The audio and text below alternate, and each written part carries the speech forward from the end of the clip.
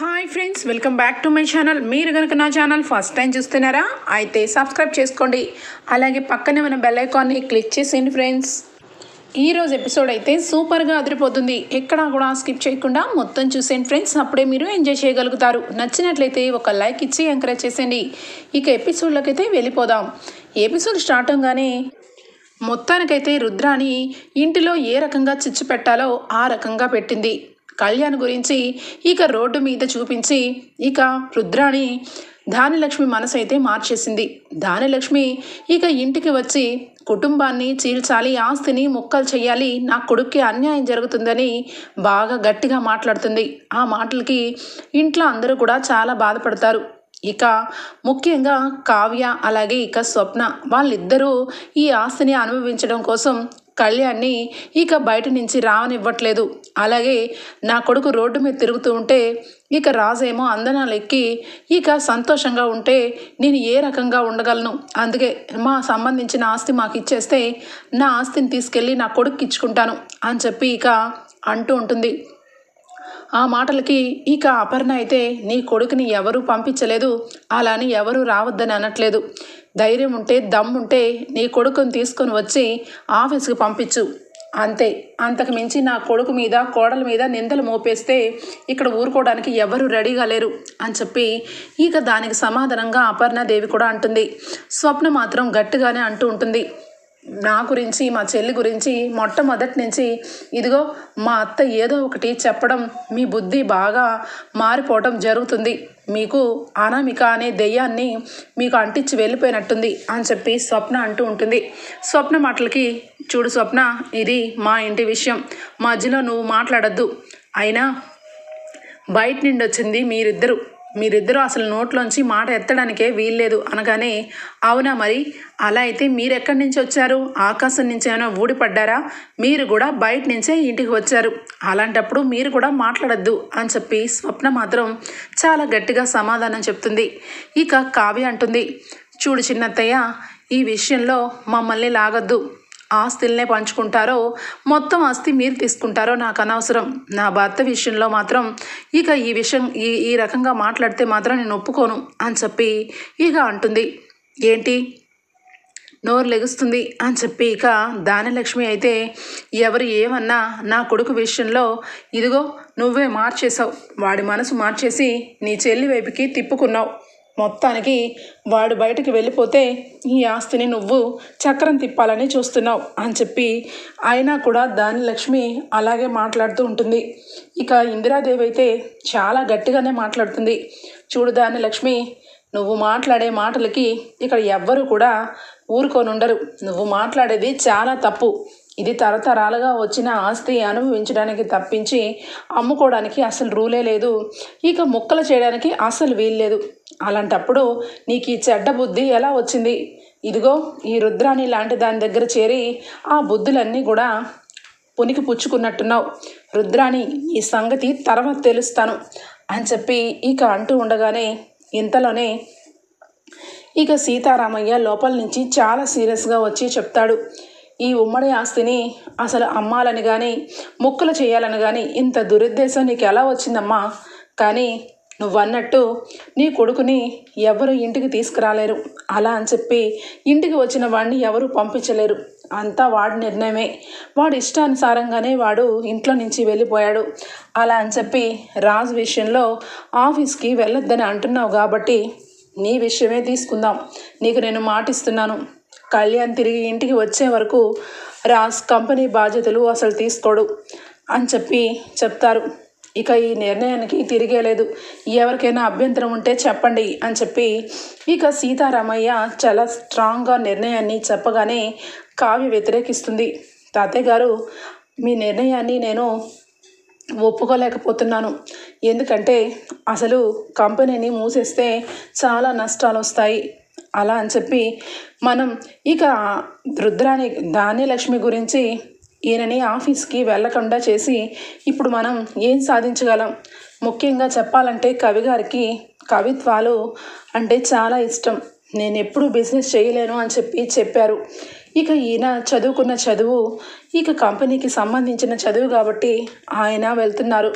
ఈ విషయంలో అసలు కళ్యాణ్ బయటికి నుంచి రాకపోవడం, ఈయన ఆఫీస్కి వెళ్ళకపోవడం ఇదంతా జరిగితే కంపెనీ మూసేస్తారు, దివాలా తీస్తారు కదా తాతయ్య గారు అని చెప్పనగానే, తీని అమ్మ, దివాలా తీని, మిగిలిన ఆస్తితోనే ఉంటారు, మిగిలిన ఆస్తినే అనుభవిస్తారు, ఎవరికి ఏం కావాలో ఖచ్చితంగా అప్పుడే తెలుస్తుంది కదా అని చెప్పి ఇక సీతారామయ్య అయితే కావ్యకి చెప్తారు. కావ్య మాత్రం ఆ విషయంలో ఇది కరెక్ట్ కాదు అన్నట్టుగానే మాట్లాడుతుంటుంది. ఇక మొత్తానికైతే గొడవ ఏదో రకంగా ఇక స్టార్ట్ అయిపోతుంది ఇంట్లో. రుద్రాని అనుకున్నట్టు ఇంట్లో ఒకరికొకరికి తగాదాలు పెట్టి ముఖ్యంగా కావ్యని ఇంట్లో నుంచి పంపించేయాలని ఆ రకంగా ఇక కథని అడ్డం తిప్పుతూ ఉంటుంది. ఇక చాలా సీరియస్గా రాజ్ అయితే, ఇక తాతయ్య మీరు చెప్పినట్టే నేను ఆఫీస్కి వెళ్ళను, కంపెనీ బాధ్యతల నుంచి తప్పుకుంటున్నాను అని చెప్పి ఇక అక్కడి నుంచి వెళ్ళిపోతాడు. వెళ్ళిపోయిన తర్వాత ఇక కావ్య కూడా రూమ్లోకి వస్తుంది. రూమ్లోకి వచ్చిన కావ్యని, ఏంటి ఏమైంది నీకు, తాతయ్య గారినే ధిక్కరిస్తావా, తాతయ్య గారి నిర్ణయం కరెక్ట్ కాదని ప్రూవ్ చేయాలనుకుంటున్నావా, అన్నిటికీ నువ్వే కారణం, ఇక కళ్యాణ్ విషయంలో నీకెందుకు అంత అహం, నాతో వచ్చి కళ్యాణ్ని పిలిచికొస్తే వచ్చేవాడు, కానీ నువ్వు ఆ రకంగా కాకుండా ఇదిగో ఈ రకంగా గొడవలు అయ్యేలాగా చేయడానికి కారణం నువ్వే అని చెప్పి రాజ్ అంటాడు. ఏమండి ఏం మాట్లాడుతున్నారు మీరు, కవి గారికి ఇప్పుడే కాదు ఎప్పటి నుంచో కవిత్వం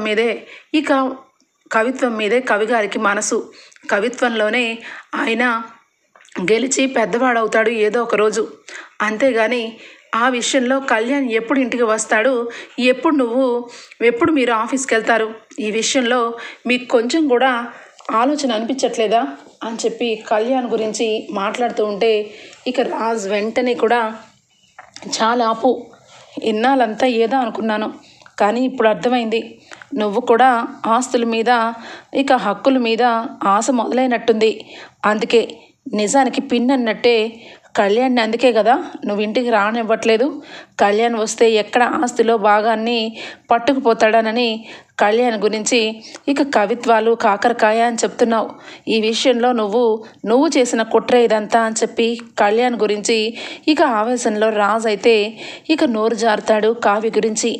కావ్య ఒక్కసారిగా స్టన్ అయిపోతుంది. ఏం మాట్లాడుతున్నారండి మీరు అని చెప్పి కళ్ళ వెంట నీళ్లు తెచ్చుకుంటుంది కావ్య. నిజం కదా, పెళ్ళైంది, వాడికి ఇష్టం వచ్చిన అమ్మాయి అప్పు అని చెప్పి చాలాసార్లు చెప్పాను, అయినా పట్టించుకోలేదు, బలవంతంగా అప్పుకి వేరే పెళ్లి చేయాలని నిశ్చయించుకున్నావు, అక్కడే అర్థమైంది నాకు, కళ్యాణ్కి ఇష్టం ఉన్న అప్పునిచ్చి ఎందుకు పెళ్లి చేయట్లేదా అని చెప్పి తర్వాత అర్థం చేసుకుంటున్నాను. ఇదిగో పిన్ని చెప్పిన మాటల ప్రకారం చూసుకుంటే కళ్యాణ్కి అప్పుకి పెళ్ళైన తర్వాత ఇంటికి రానివ్వకుండా బయటనే ఉండేలాగా నువ్వు ఎందుకు మాట్లాడుతున్నావు, మరి నీకే రకమైన దురుద్దేశం లేకపోతే నాతో పాటు ఎందుకు రాలేదు, సరే నువ్వు రాలేదు, మరి ఇప్పుడు తాతయ్య గారు కూడా ఒక నిర్ణయం తీసుకున్నారు, ఆ నిర్ణయానికి అందరం కట్టుబడి ఉన్నాం, కేవలం నువ్వు మాత్రం ఇక ఆఫీస్కి కళ్యాణ్కి జోడించద్దు, ఆఫీస్కి వెళ్ళకపోతే చాలా నష్టాలు వస్తాయని నష్టాల కోసం లాభాల కోసం ఇన్ని లెక్కలు వేస్తున్నావు, అంతేగాని నా తమ్ముడు తోడబుట్టిన తమ్ముడు ఇంట్లోంచి వెళ్ళిపోయాడే, వాడిని ఏదో ఒక మాట తీసుకొచ్చి ఇంటికి తీసుకొద్దామని కొంచెం కూడా నీకు లేదు అంటే ఏ రకంగా అర్థం చేసుకోవాలి అని చెప్పి చాలా గట్టిగా మాట్లాడతాడు రాజ్ అయితే. ఇక కావ్య వెంట నోటి వెంట మాట రాదు. ఏమండి నన్ను ఇంతేనా మీరు అర్థం చేసుకుంది, సంవత్సర కాలం పాటు ఇంట్లో మీరు కనీసం నా గురించి ఒక్కరు కూడా ఆలోచించకపోయినా ఈ కుటుంబం నాదనుకున్నాను, ఇక అత్తగారు చేరదీయకపోయినా భర్త ముద్దు ముచ్చటగా చూడకపోయినా ఈ కుటుంబ బాధ్యత నాదనుకున్నాను, చాలా గుణపాఠం చెప్పారండి, చాలా చక్కగా మాట్లాడారు, అవును ఈ కావ్యకి ఈ ఆస్తి అంటే చాలా మక్కువ, అందుకే ఈ ఆస్తుల కోసమే మిమ్మల్ని పెళ్లి చేసుకున్నాను, ఈ ఆస్తి మాకు దక్కడం కోసమే మీరన్నట్టు ఇంతకాలం నటించాను, చాలా గొప్పగా సెలవిచ్చారు అని చెప్పి బాధపడుకుంటూ ఇక కావ్య అంటూ వెళ్ళిపోతుంది. ఇక వెంటనే రాజ్ అయితే రాజ్ కూడా పక్కకి వెళ్ళిపోతాడు. ఈ రుద్రాణి అయితే రూమ్లో కూర్చొని రాహుల్తో, ఒరే రాహుల్ ఎలా ఉందిరా నా కథ? అడ్డం బాగా తిప్పానా? ఇంకా కావ్యకి మొదలవుతుందిరా, కౌంటింగ్ స్టార్ట్ అయిపోయింది. ఎటొచ్చి ఎట్నుంచి ఎటు వెళ్ళినా కావ్యకి ఫెయిల్యూర్ తప్పదురా అని చెప్పి అంటూ ఉంటుంది రుద్రాణి. ఏంటి మమ్మీ నువ్వు చేసే పనికి నాకైతే ఏమీ అర్థం కావట్లేదు. ఒకవైపు కళ్యాణ్ ఇంటికి వస్తే ఆస్తిలో సగభాగం కళ్యాణ్ వాటా అయిపోతుంది కాబట్టి కళ్యాణ్ ఇంటికి రాకూడదని కోరుకున్నావు. అంతేగాని కళ్యాణ్ని మళ్ళీ ఇంటికి తెచ్చే ప్రయత్నం ఎందుకు చేస్తున్నావు మామ్ అని చెప్పి అంటాడు రాహుల్. ఒరే రాహుల్, నీకదేరా తెలీదు. కర్ర విరగకూడదు, పాము చావకూడదు. దాని లక్ష్మి మనసుని మార్చాలి అంటే కళ్యాణ్ ఇంటికి రావాలని ఇక ఏదో రకంగా ఇక దాని లక్ష్మి మనసు మార్చాలి కదరా. ఇప్పుడు దాని లక్ష్మికి నేను కొంచెం గిల్లి చేశాను. ఆ గిల్లిడికి దాని లక్ష్మి మొత్తానికి ఇల్లు ముక్కలు చేసేలాంటి ఆలోచనే తెచ్చిపెట్టింది అనగానే, అదే మమ్మీ నాకు అర్థం కావట్లేదు. ఇప్పుడు కళ్యాణ్ విషయంలో ఇంటికి వచ్చే వరకు రాజ్ ఆఫీస్కి వెళ్ళడు, అలా అని చెప్పి కళ్యాణ్ ఇంటికి రాడు. ఈ రెండు జరుగుతూనే ఉంటాయి. ఇందులో మనకొచ్చిన లాభం ఏంటి మామ్ అని చెప్పి అనగానే, ఒరే పిచ్చోడా, మనకేరా లాభం. ఇప్పుడు కంపెనీ బాధ్యతలు తీసుకోవడానికి ఇక మొత్తానికైతే రాజ్ ఆఫీసు మెట్లు ఎక్కడు, అలా అని చెప్పి ఇక దాని లక్ష్మి ఎక్కనివ్వదు కూడా. కళ్యాణ్ ఏమో మొండివాడు. వాడు కవిత్వాలంటే పడి చేస్తాడు కాబట్టి వాడు కవిత్వాల మీదే ఆలోచన పెడతాడు. ఇటు కనీసం దృష్టి కూడా చూపించడు. అప్పుడు ఎవరి చేతుల్లో కంపెనీ ఉంది? ప్రజెంట్ నువ్వే కదా ఆ కంపెనీకి ఓనర్వి. కాబట్టి దొరికినంత దోచుకోవాలి, ఇక అందినంత దాచుకోవాలి. మొత్తానికి ఆ ఆఫీస్ మన చేత చిక్కించుకోవాలి. ఇక నాన్న చెప్పినట్టు దివాలా తీసినా పెద్ద ఎవ్వరు కూడా మన మీద అనుమానం రానివ్వరు. అప్పుడు నువ్వు నేను ఖచ్చితంగా మనం అనుకున్నది సాధించగలనరా అనగానే, అయ్యో మామ్, సూపర్ మామ్, నువ్వు అదిరిపోయిందంతే. నిజానికి మా మమ్మీ ఏంటబ్బా ఇలా కళ్యాణ్ మీద ఎంత ప్రేమ చూపించి ఇంటికి తీసుకొచ్చేలాగా మాట్లాడుతుంది అనుకున్నా. కానీ నీ బుర్ర మామ్, నేను అసలు మా విషయమే మర్చిపోయాను కదా. ఆ బంగారం బిస్కెట్స్ ఇప్పటికే చాలా వరకు ఇక కంపెనీ నుంచి నష్టం కలిగించాను. ఇంకా నష్టాల పాలు అవడం కోసమే ఈ కళ్యాణ్ని, ఈ రాజుని ఇద్దరిని బరిలోకి దించావన్నమాట.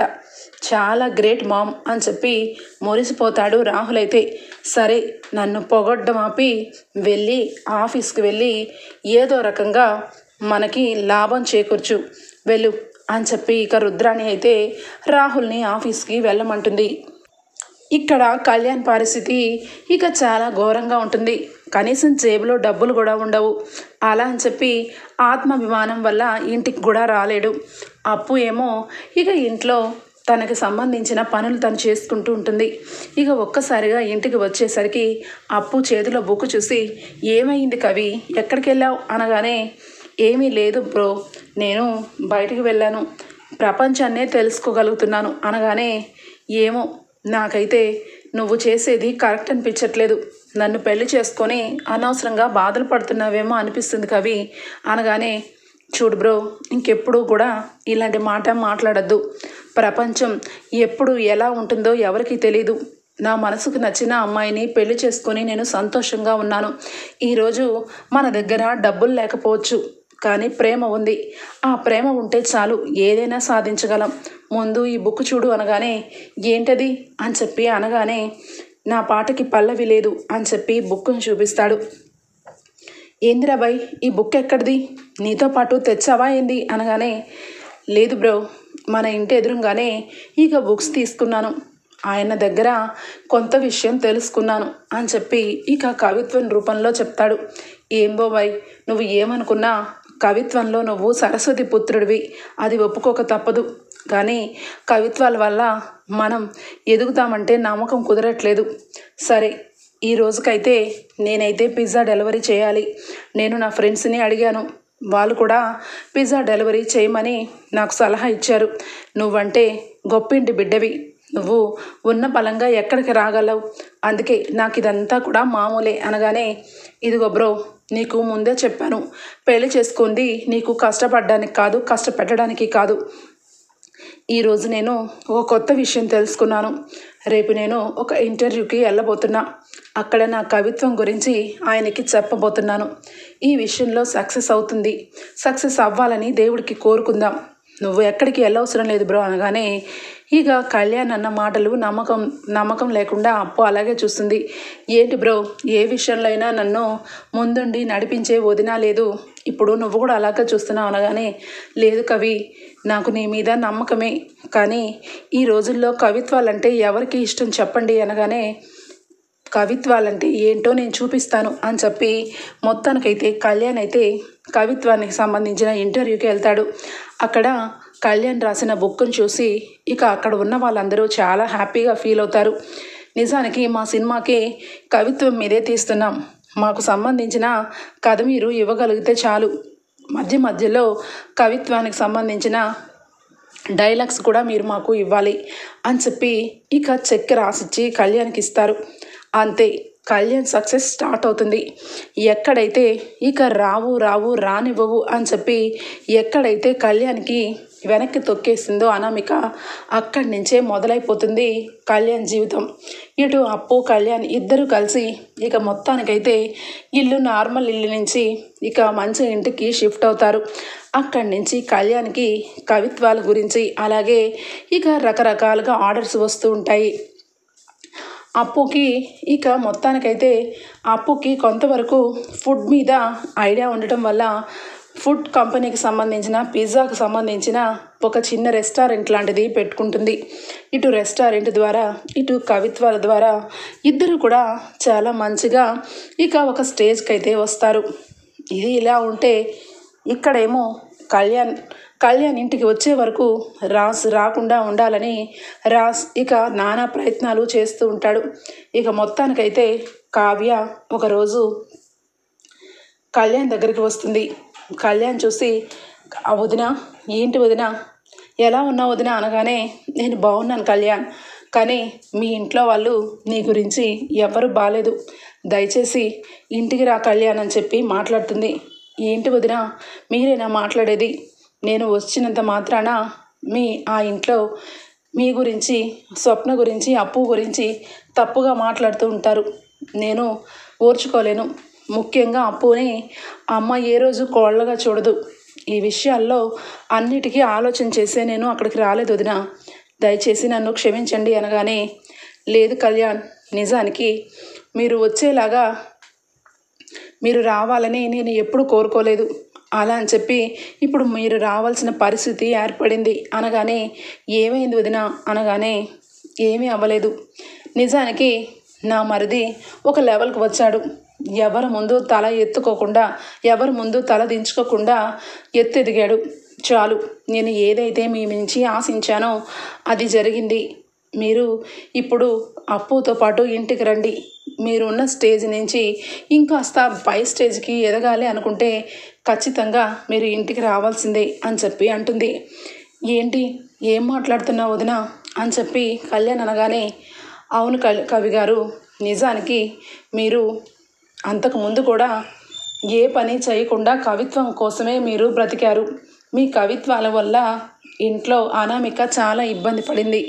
కవిత్వం విలువ తెలుసుకోక ఆఫీస్కి వెళ్ళాలి, ఎండి స్థానంలో కూర్చోవాలి నా భర్త అని చెప్పి గొడవలు పడేది. కానీ ఏ ఆడదానికైనా తన భర్త తన కాళ్ళ మీద నుంచునేలాగా ఉండాలని ఆలోచిస్తుంది. ఆ విషయంలో అనామిక తనకి మనసులో అయిన విషయాన్ని తన వైపు నుంచి చూపించుకోకుండా వేరే వైపు ఫోకస్ పెట్టింది. ఆస్తులు అంతస్తులు పంచమని అడిగింది. పోలీస్ స్టేషన్ల వరకు కేసులు పెట్టింది. అది మీ విషయంలో చాలా మీ మనసుకి గాయపరిచింది. అదంతా ఆలోచించే కళ్యాణ్ ఇక మా కవిగారు ఎప్పుడు కూడా ఎదురు దెబ్బ తినకూడదు, కష్టమైనా నష్టమైనా మీ కాళ్ళ మీదే మీరు ఎదగాలని కోరుకున్నాను. అందుకే మీరు ఒక మంచి పేరు తెచ్చుకున్నాకే ఇప్పుడు ఇంటికి రమ్మంటున్నాను. దయచేసి నా మాట వింటారని అనుకుంటున్నాను. అప్పు, నువ్వు కళ్యాణ్ ఇంటికి రండి అని చెప్పి బ్రతిమలాడుతుంది కావ్య. ఇక కావ్య చెప్పిన మాటలన్నీ కూడా కళ్యాణ్ తీసుకొని ఇక సరే వదిన, పద వదిన అని చెప్పి ఇద్దరు కూడా దుగ్గిరాల కుటుంబానికి బయలుదేరుతారు. ఇక రాజు అయితే కళ్యాణ్ విషయంలో ఇక ఎప్పటికీ రాడు, నేను ఆఫీస్కి వెళ్ళడం ఎప్పటికీ కుదరదు, ఇక జీవితాంతం ఈ రకంగా ఉండడమే అని చెప్పి చాలా డిసప్పాయింట్ అవుతూ ఇక లాన్లో కూర్చొని ఆలోచిస్తూ ఉంటాడు. ఇంతలా కారు వచ్చి ఆగుతుంది. అందులో నుంచి అప్పు అలాగే కళ్యాణ్ దిగుతారు. ఇక కావ్య నడుచుకుంటూ రండి కవి గారు అని చెప్పి తీసుకొని వస్తూ ఉంటే ఆశ్చర్యపోతాడు రాజు. అయితే రాజు వచ్చి ఒరే కళ్యాణ్ అని చెప్పి గట్టిగా హక్ చేసుకుంటాడు. అన్నయ్య అని చెప్పి చాలా ఆప్యాయంగా మాట్లాడుతూ ఉంటే ఇక ఏంట్రా ఇప్పుడు గుర్తుకొచ్చిందా, ఈ అన్నయ్య మాట లెక్క చేయకుండా నువ్వు అన్నట్టు ఇక కళావతి వస్తేనే తప్ప ఇంటికి రాలేదు అంతేరా, ఈ అన్నయ్యకి ఇచ్చిన విలువ నువ్వు అనగానే లేదన్నయ్య, నిజానికి ఈ ఇంట్లో నేను ఒక మైదా ముద్దలాగా ఏమీ తెలియకుండా బ్రతికాను.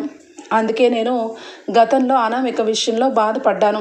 ఇప్పుడు ఆ బాధని మళ్ళా నేను పడకూడదని అందరి ముందు తల ఎత్తుకొని బ్రతకాలని వదిన నాలో ఆశని, అలాగే నా కవిత్వం విషయంలో నేను ఒక స్టేజ్కి వచ్చే వరకు వదిన నా దగ్గరికి రాలేదు. నేను ఎప్పుడైతే కొంచెం పై లెవెల్కి వచ్చానో వదిన ఇప్పుడు వచ్చింది అనగానే మీరు ఎన్ని చెప్పినా ఆయన మనసులో నేను ఆస్తుల కోసం అంతస్తుల కోసం మిమ్మల్ని దూరం పెట్టానని అనుకుంటున్నారు కవి గారు. ఎంతైనా ఈ ఇంటి బిడ్డే కదా, అందుకే అలా మాట్లాడతారు అనగానే రాజ్ అలానే మౌనంగా ఉండిపోతాడు. ఇక వెంటనే కళ్యాణ్ అయితే వదిన ఇప్పుడు నాకు ఎంత సంతోషంగా ఉందో, నా భార్యని నేను పోషించుకోగలను అలా అని చెప్పి ఉమ్మడి కుటుంబంలోనే ఉంటూ ఇక గొడవలకు కూడా ఎలాంటి తావు లేదు. ఇల్లంతా కూడా ప్రశాంతంగా మారిపోయింది. నేను వెళ్ళి అమ్మని తాతయ్యని నానమ్మని కలుస్తాను అని చెప్పి లోపలికి వెళ్తాడు. అప్పు అయితే పదండి అని చెప్పి అప్పు కూడా లోపలికి వెళ్తుంది. ఇక రాజ్ చాలా పశ్చాత్తాపంతో కుమిలిపోతాడు. అప్పు ఇక బయటికి లోపలికి వెళ్ళగానే రాజు వచ్చి కళావతి అని చెప్పి కళ్ళు వెంట నీళ్లు పెట్టుకుంటాడు.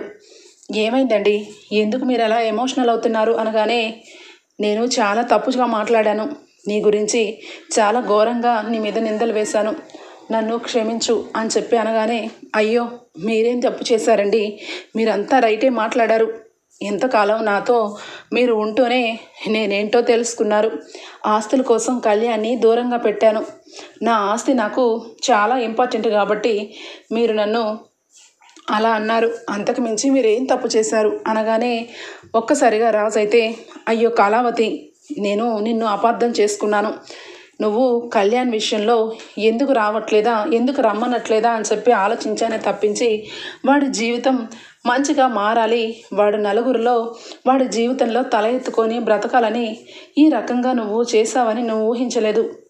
నేను క్షణికావేశంతో నేను అందరిలాగే మాట్లాడేశాను, ఈ విషయంలో నిజంగా అడుగుతున్నాను, చేతులు పట్టుకొని సారీ అని చెప్పి చేతులు రెండు పట్టుకుంటాడు. ఇక లోపలికి వెళ్ళగానే కళ్యాణ్ చూసి అప్పుని చూసి దుగ్గిరాల కుటుంబం అందరూ కూడా సంతోషపడతారు. అప్పు చాలా చక్కగా సాంప్రదాయంగా చీర కట్టుకొని ఇక రాగానే ఇందిరాదేవి సీతారామయ్య కాళ్ళకు దండం పెడతారు. సీతారామయ్య కళ్యాణ్ని దగ్గరకు తీసుకొని ఒరే మనవడా, నీ పేరు ఇందాకే టీవీలో విన్నాను, కవిత్వంలో దిట్ట, దుగ్గిరాల వారసుడు అని చెప్పి చెప్తున్నారు, నేను చాలా ఆనందపడ్డాను అనగానే తాతయ్య అని చెప్పి కళ్యాణ్ కూడా చాలా సంతోషపడతాడు. ఇంతలో దానిలక్ష్మి కళ్ళు వెంట నీళ్లు పెట్టుకొని మరే కళ్యాణ్, ఇన్ని రోజులకి నీకు ఇల్లు గుర్తుకొచ్చింది కదా అని చెప్పనగానే మమ్మీ ఇల్లు గుర్తుకు రావడం ఏంటి, ఇల్లుని నేను ఎప్పుడు మర్చిపోయాను, ప్రతిరోజు గుర్తు చేసుకుంటూనే ఉంటాను అని చెప్పి ఇక మాట్లాడుతూ ఉంటే ఇంతలో టీవీ వాళ్ళు వస్తారు. ఇదేంటబ్బా టీవీలు వాళ్ళు వచ్చారని చెప్పి అనుకుంటూ ఉంటే ఇక కళ్యాణ్కి ఇంటర్వ్యూ కోసం కళ్యాణ్ గురించి గొప్పగా చెప్పడం కోసం రావటం చూసి దుగ్గిరాల కుటుంబం సంతోషపడుతుంది. కళ్యాణ్కి ఇంటర్వ్యూ చేస్తారు. కళ్యాణ్ చెప్తాడు, నేను ఇంత ఎత్తు ఎదగడానికి కారణం మా వదిన నాలో ఉన్న కవిత్వాన్ని బయటకు రప్పించింది, మొట్టమొదటిసారిగా బుక్కులో అచ్చు వేయించింది, నా జీవితాన్ని మలుపు తెప్పించింది. ఇంకా చెప్పాలి అంటే ఈరోజు నేను నా కాళ్ళ మీద నేను నిలబడ్డాను. కవిత్వానికి అసలు విలువే లేదు అనే రోజుల్లో కవిత్వం అంటే ఒక సరస్వతి కళాకారుడు అనే అర్థాన్ని తీసుకొచ్చాను. దీనంతటికీ కారణం మా వదినే అని చెప్పి కావ్య గురించి చాలా గొప్పగా చెప్తూ ఉంటాడు. ఇక దానిలక్ష్మి అయితే ఇక లోపల ఆనందంగా ఉన్న పైకి మాత్రం కళ్యాణ్ గురించి అప్పు గురించి వాళ్ళిద్దరూ ఇక పెళ్లి చేసుకోవడం గురించి మధ్యలో నోరు పోసేసడం వల్ల రుద్రాణి మాటలకి ఒక రకంగా బిహేవియర్ మారిపోతుంది. ఇక మొత్తానికైతే కళ్యాణ్ అప్పు ఇంటికి వస్తారు. ఇక అప్పు కళ్యాణ్ ఇంటికి రావడం వల్ల రాజ్ కూడా ఆఫీస్కి వెళ్ళిపోతాడు. అప్పుడు మొదలవుతుంది రుద్రాణి ఇక ఇదేంటి, ఏదైతే జరగకూడదు అనుకున్నానో అదే జరిగింది. ఇప్పుడు అందరి దృష్టిలో కావ్య కళ్యాణ్ విషయంలో చాలా గొప్పగా ఆలోచించింది అని అందరూ నిర్ణయం తీసుకున్నారు. ఇప్పుడు కళ్యాణ్ వచ్చేసాడు, రాజ్ ఆఫీస్కి వెళ్ళిపోతున్నాడు. ఇప్పుడు నా కొడుకు పరిస్థితి ఏంటి? ఈ కళ్యాణ్కి ఇక అప్పుకి ఈ ఇంట్లో ఉండడానికి స్థానం ఏర్పాటు చేసింది నేనే అన్నట్టు అయిపోయింది. మొత్తానికి ఇప్పుడు ఏం చేయాలి అని చెప్పి ఇక బాగా ఐడియా వేస్తుంది. ఐడియా వేసి ఇక ధాన్యలక్ష్మిని ఏదో రకంగా పూర్తిగా నా దారిలోకి తెప్పించుకోవాలి, అప్పు గురించి నెగిటివ్గా మాట్లాడేలాగా చేయాలి అని చెప్పి అప్పు ఇంట్లో పనిచేసుకుంటూ వంటగదిలో ఉండేసరికి ఇక అప్పు వెనకాలే వచ్చి, ఏంటి ఇంట్లో నువ్వు మీ అక్కలు ఇద్దరు ముగ్గురు కలిసి ఈ ఆస్తిని అనుభవించాలని బాగానే వచ్చేసారు. మీ ఆయన కళ్యాణ్ చాలా గొప్ప కవి, ఇక నువ్వు పిజ్జా డెలివరీ చేసేదానివి ఏకంగా రెస్టారెంటే పెట్టుకున్నావు, చాలా గ్రేట్. కానీ ఒక్కటి గుర్తుపెట్టుకో, ఈ ఆస్తి మొత్తం కూడా ఎప్పటికీ కూడా నీకు దక్కదు అనగానే నువ్వెవరు చెప్పడానికి? ఈ ఆస్తి నువ్వు చెప్పాల్సిన అవసరం లేదు. ఈ ఆస్తి ఎవరిదో ఎవరెవరి దగ్గర ఉందో నాకు అనవసరం. నేను నా భర్తతో ఇక్కడ ఉండడానికి వచ్చాను, ఇక ఎక్కువ మాట్లాడద్దు అనగానే నాకే గౌరవం లేకుండా మాట్లాడతావా, నీ సంగతి తెలుస్తానని చెప్పి ఇక రుద్రాణి ధాన్యలక్ష్మి దగ్గరికి వెళ్ళి అప్పు గురించి ఇక వేరేగా చెప్తుంది. అసలు నిజానికి కళ్యాణ్కి ఈ రకంగా అప్పు పెళ్లి చేసుకొని హ్యాపీగా సెటిల్ అయిపోవడం ఇదంతా చూస్తుంటే నీకు ఏమనిపిస్తుంది ధాన్యలక్ష్మి? కళ్యాణ్ని తన బుట్టలో వేసుకుందని నీకు అనిపించట్లేదా? ఈ అప్పు ఉన్నంతకాలం ఏదో రకంగా నీ కొడుకు నీకు దూరం అవుతూనే ఉంటాడు.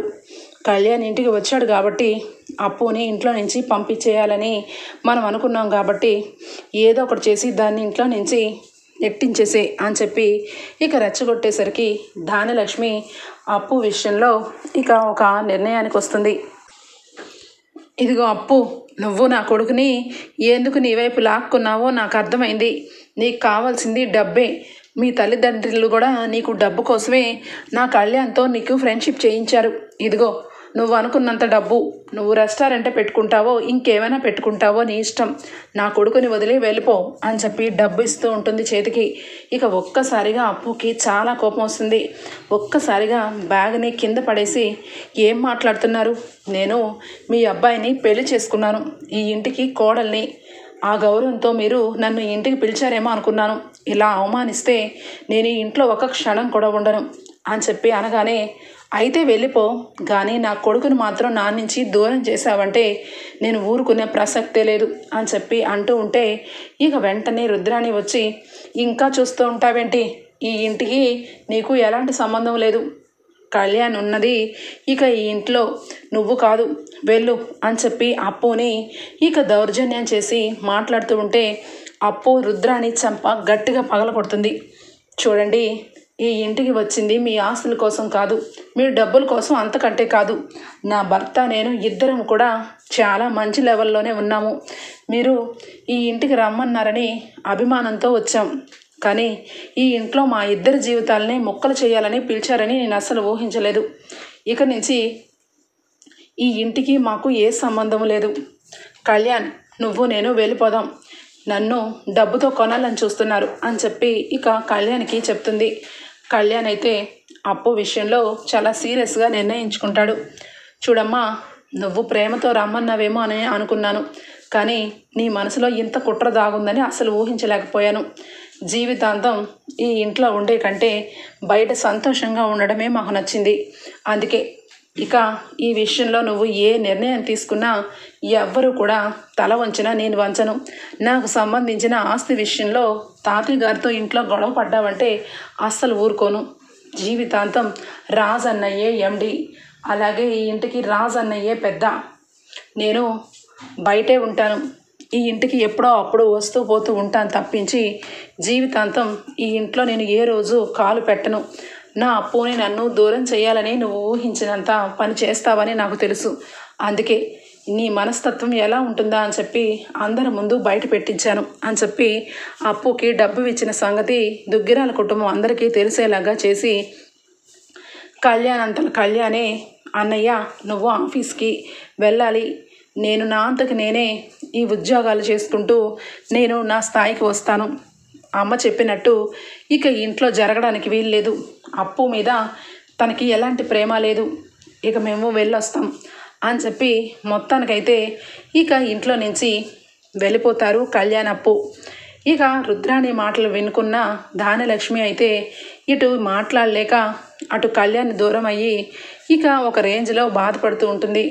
ఓకే ఫ్రెండ్స్, రాబోయే ఎపిసోడ్స్లో ఈ రకంగానే జరగబోతుంది. మీకు గనక నచ్చినట్లయితే ఒక లైక్ ఇచ్చేయండి friends. Bye, take care, thank you for watching.